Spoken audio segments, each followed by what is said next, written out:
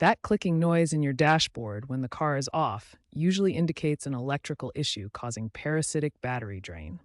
Common culprits include relay chatter due to a weak battery less than 12.4 volts. Faulty clock or infotainment systems can also cause this. A failing HVAC blower motor resistor might be the issue, or a failing alternator diode. In electric vehicles, it could be high voltage contactors or DC-DC converters.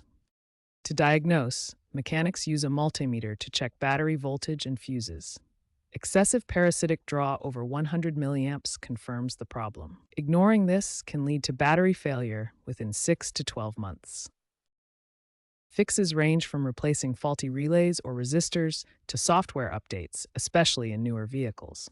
For instance, Ford F-150s from 2021 to 2024 experienced clicking from instrument clusters due to a software bug, which was fixed via a firmware update. Tesla Model 3s with clicking from the battery management system were resolved through a software update.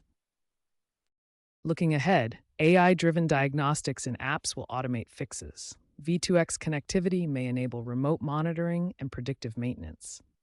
However, aging EV batteries could increase clicking issues unless manufacturers adopt quieter solid-state switches.